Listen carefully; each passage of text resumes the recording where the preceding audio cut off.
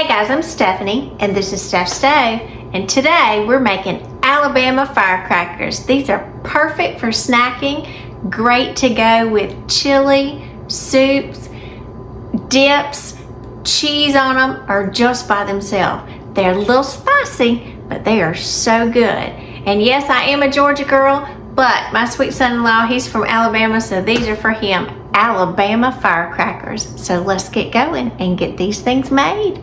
Here we go. Alright, to get these Alabama firecrackers started, they are going to start off, you're going to need a neutral oil, like vegetable oil, and we are going to use 1 cup. So don't panic, this is going to be a bunch, but we got a lot of crackers to cover. So 1 cup of a neutral oil, like vegetable oil, I find works best for this. Get all of that dripped out. Set this to the side. Now, to our vegetable oil, and I'm using a big batter bowl to mix this in. If you want to use like a 2-cup measure, that's fine, but I like the larger size of this personally.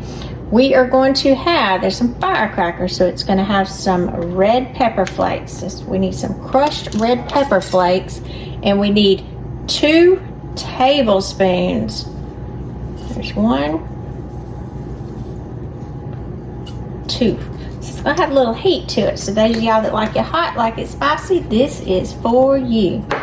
Next thing we're gonna add to it, and I've already mixed me some up that's homemade here. I'll have to show you how to do this later. I'm gonna add, this is some garlic salt in here, and you can add, kind of depending on what your preference is, kind of between 1 and 2 tablespoons. I'll get this mixed back up. Add me a little hair more in there. Alright, so I got me 1 tablespoon of the garlic salt. I may say garlic powder, but it's the garlic salt that's going to go in there. And then 1 package of ranch salad dressing mix. Get my scissors. These packets don't like to open very well for me. I always tend to have trouble with them. So the whole packet. So it's going to be very, very flavorful. Alright, I get my little egg whisk here. And you're going to whisk this together. Don't breathe in deeply. It's got a lot of flavors going on. The biggest thing, you want to be sure that all of your ingredients are well incorporated into the oil, and you want to mix it really well so all of your red pepper flakes aren't just settling at the bottom. I think that's how a larger container works better for this.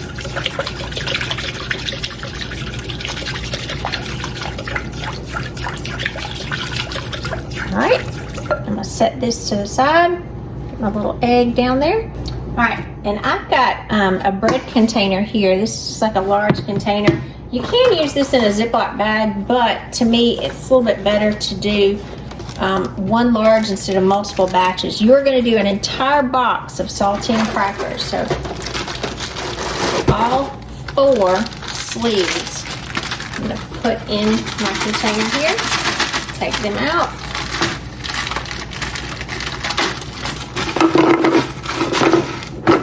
Dump them in.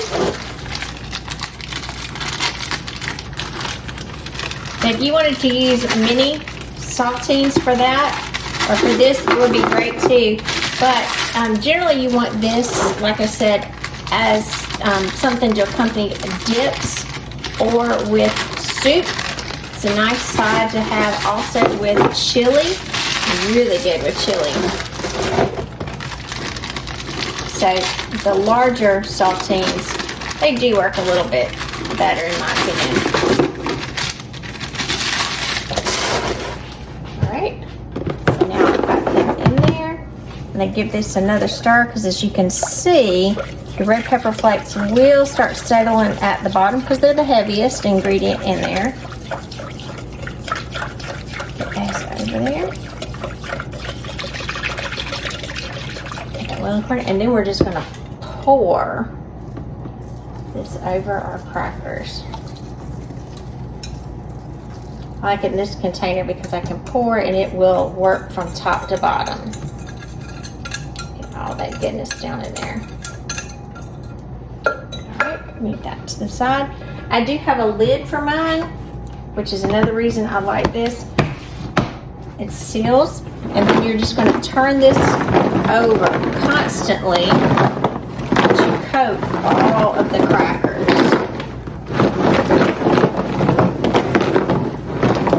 So you're going to continue tossing this for 7 minutes just to be sure that all of that goodness is soaked up on the crackers.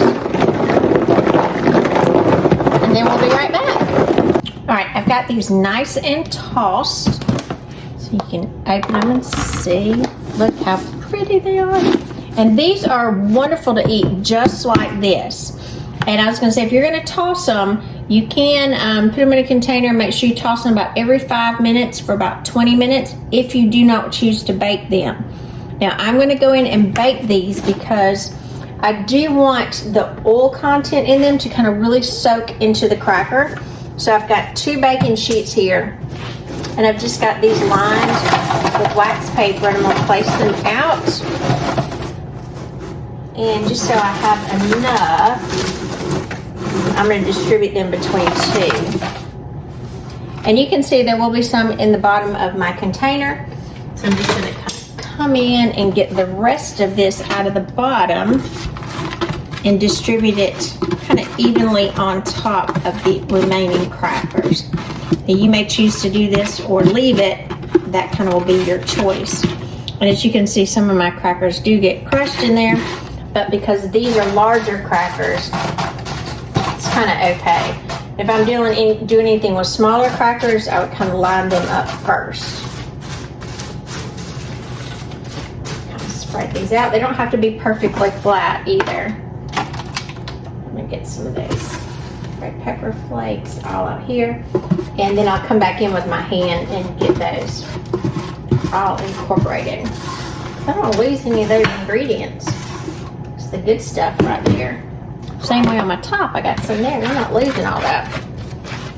Don't lose the goodie, guys. Scrape that off.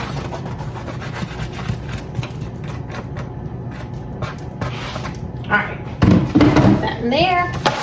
And so this pan, I'm going to kind of come in with my hand and just massage that around.